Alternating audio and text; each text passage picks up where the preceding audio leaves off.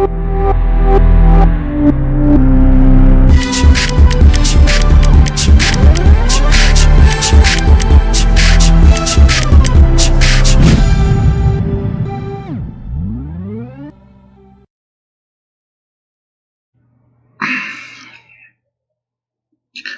Assalamu alaikum wa rahmatullahi wa barakatuh. Seniors, today we are going to start with a new lesson that's so much important in the course of World War II, and precisely it's the Battle of Stalingrad.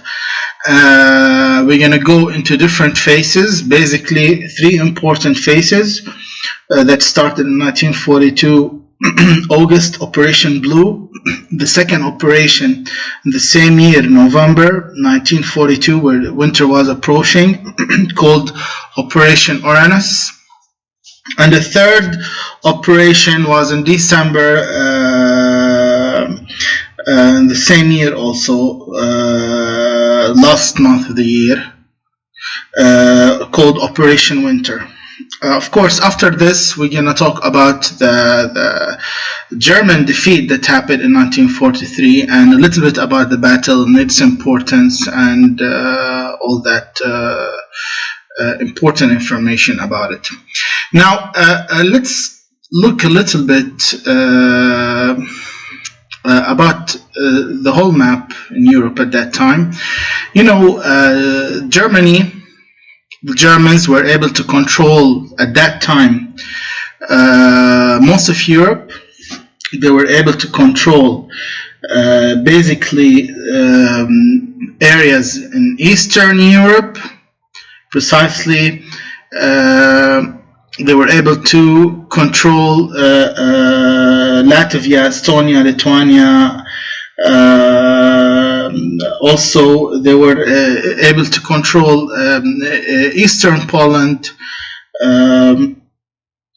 and of course, plus Western Europe, all of Western Europe. And basically, the only obstacle that they were facing is basically the eastern border, the northern border toward the Baltic Sea, the areas in the eastern border, and the communist threat that was exposing the German Nazi army at that time. And that's why when Hitler was able to finish all these missions and finish all these battles, and of course he was totally overconfident about the German Bildungsrohr and the German power and the German ability, and what the Germans were at that time, they're considered as invincible. He figured out that he must start preparing for and launching a very big war that's considered as one of the most important battles in history, and it was considered also as one of the most epic and difficult battles in history. We're going to go through this in details later on and talk about how the Germans were precisely the 6th Division, how they were able, trying first of all to cut all the support and to cut the ties between all the Russian cities, Soviet Union at that time, and precisely to control this industrial city that's known as Stalingrad. Of course, Hitler had a lot of reasons for why he wanted to control Stalingrad, because it's considered as one of the basic cities that provide continuous oil supply for the Russians, and he figured out that if he's going to be able to cut the oil supplies, he's going to be able to advance towards Moscow, and he's going to be able to control and this battle. Now, of course, the Germans were overconfident. They had high aspirations. Let's go back in the history. So what kept the Russians, the Soviet Union, and the Germans in a neutral position in the first 2 years of the war was, of course, as you remember, the Non-Aggression Pact. as we covered before in the first lesson, lesson 1. And now, since there's no reason for this pact, Hitler was buying time in the beginning of the war until he strengthens his position in Europe and in North Africa and all these areas. Now it was the time for him to start his retaliation and prepare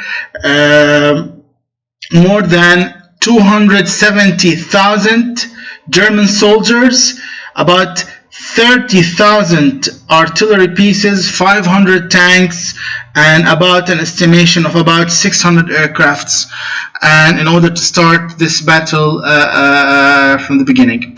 Of course, now let's start at the beginning about the Battle of Stalingrad and figuring out its importance.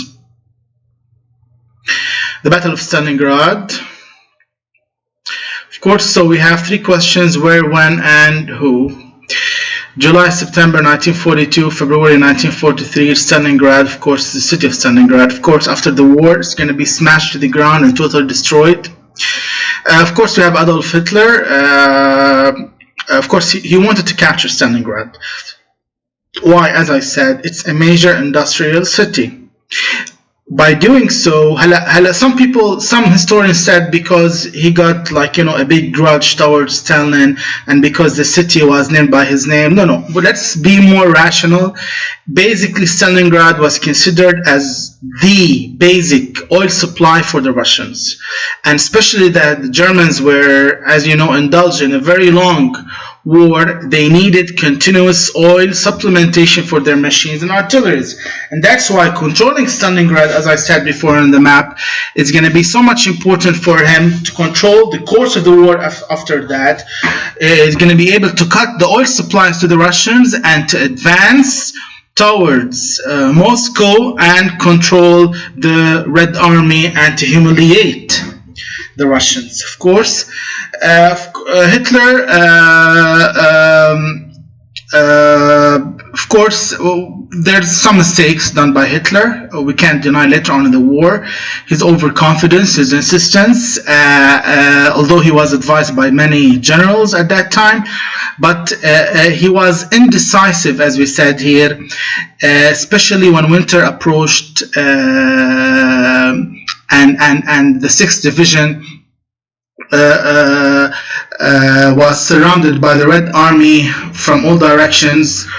It was very humiliating condition, and Hitler couldn't believe, and he couldn't accept, and he insisted that the Germans must stay in their front and they must fight back because he was trying to defend the German honor. Of course, this decision, this indecisiveness, was considered by many historians as the main cause, the main trigger that led to that's going to lead later on to the defeat in this battle and to the defeat in World War II. All in all, of course, now Joseph Stalin, leader of the Soviet Union, directed the defense of Stalingrad, of course, such as, of course, Hitler. Now, unlike, now if Hitler was thinking offensively, Stalin was thinking defensively. If we're going to try to compare the artilleries and the personnel between the number of soldiers between Germany and the Soviet Union, we're going to find out that the Soviets, they have more artilleries, they have more tanks, they had more airplanes. So you can ask me, how did the Germans manage? I would say simply, as we said in previous lessons, that it's the qualitative ability and not the quantitative ability. So it's the quality and the kind of machines that the Germans, especially the modernized and advanced version of the airplanes Luftwaffe, that was faster than the Russian airplanes. One Luftwaffe can maneuver 4 Russian airplanes, and that's why it was considered as it's the qualitative ability that made the Germans and their fast knockout attack. The Germans, they like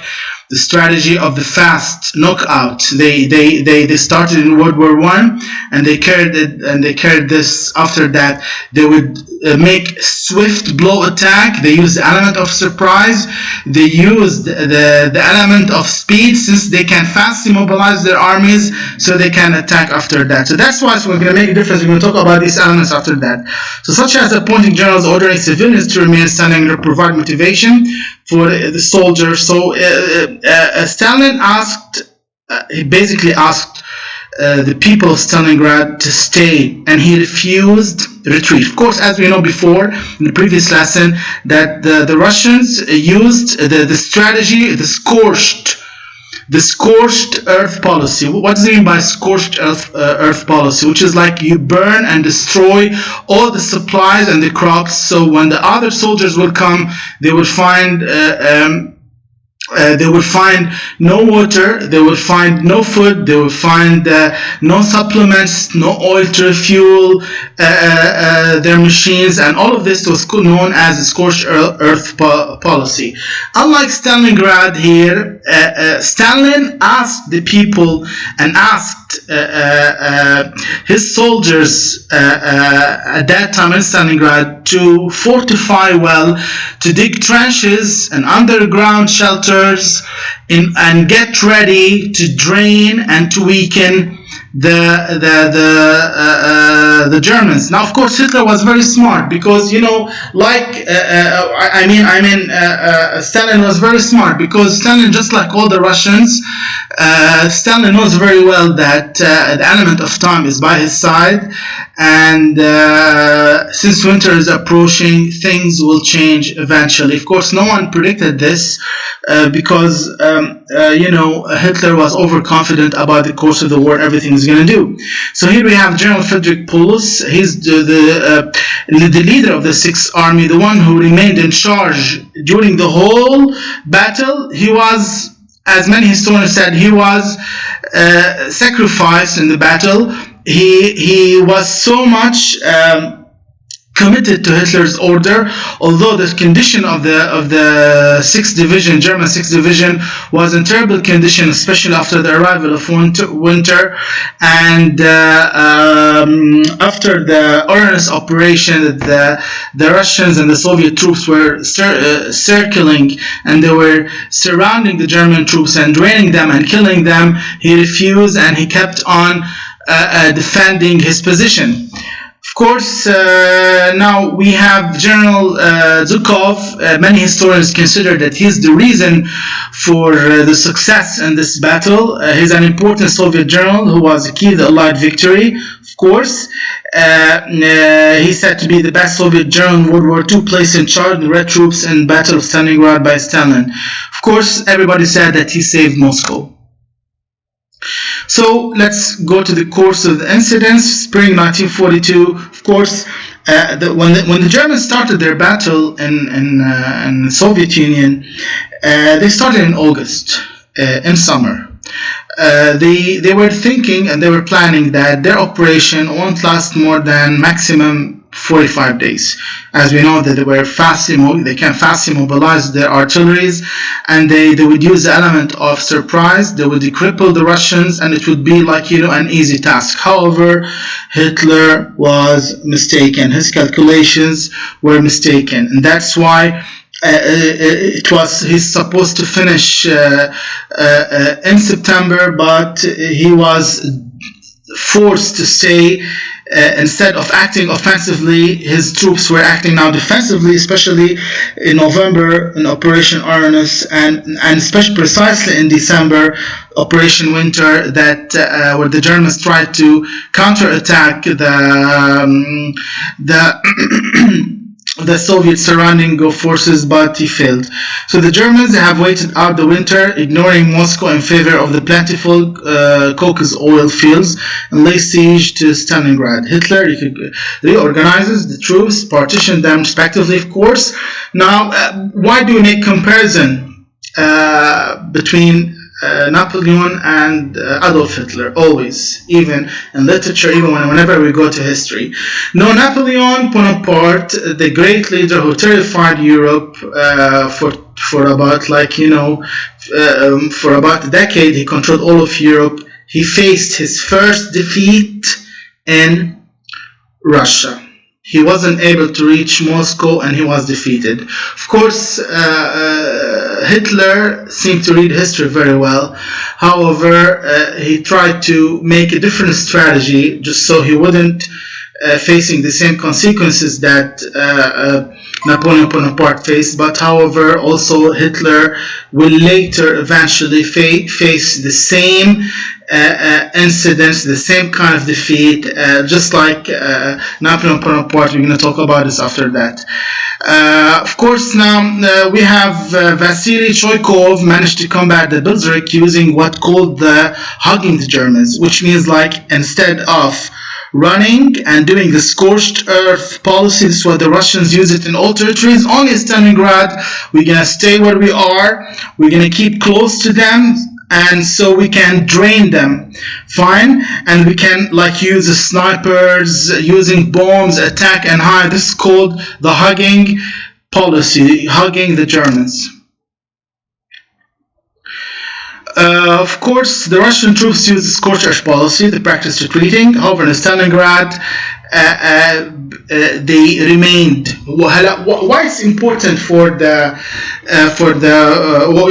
why Stalin insisted that people must stay in their land in Stalingrad, although it can cost a lot of lives, because Stalin figured out that if all the troops are going to figure out that their families and people are there, they're going to be more devoting. They would fighting with more aggressiveness to defend the people, and that's why, although it was considered by many historians as a cruel and indifferent and sadistic mentality, however, it charged the Russian soldiers with a lot of energy and motivation to defend their land. So let's talk about the chronology. First of all, Luftwaffe began bombing Stalingrad supply routes. This is beginning, of course.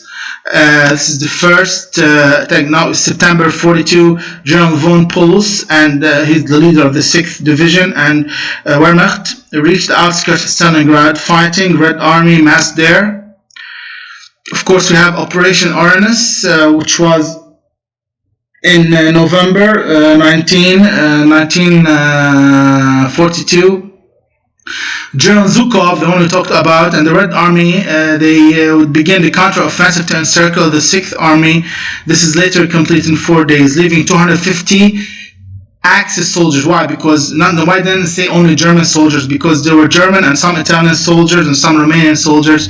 They were mixed, but the majority were Germans, of course, surrounded within Stalingrad and unable to receive aid. This is in Operation Uranus. The Germans were basically surrounded. Now let's look a little bit. I'll try to zoom in. Okay, let's look at the blue lines. Look how the blue lines are surrounding the orange lines. The blue lines are the Soviet attacks, and simply they did this attack in order to destroy the German fortifications and force them into retreat. So if we're going to look at the German arrows and dots, these are where the Germans were retreating from their position. And the arrows here where the Germans were doing their advances. Do you see how their advances were barely seen in different positions? So they were surrounded and they were unable to advance to Stalingrad, and the Soviet troops, especially which is called an Operation Uranus, was basically hugging all the Germans, surrounding them and forcing them later on to stay in their position and to suffer a lot in this battle. Of course, General Zhukov and the Red Army would begin counter-offensive to encircle the 6th Army. This is later completed in 4 days, leaving 250,000 Axis soldiers surrounded within Stalingrad and unable to receive aid, of course. Of Of course, now in November 25, Hitler refuses to retreat, surrender. This is when we talk about his indecisiveness, and that's why later on people said that he committed suicide because he blamed himself for the death of many soldiers, and of course, only speculation.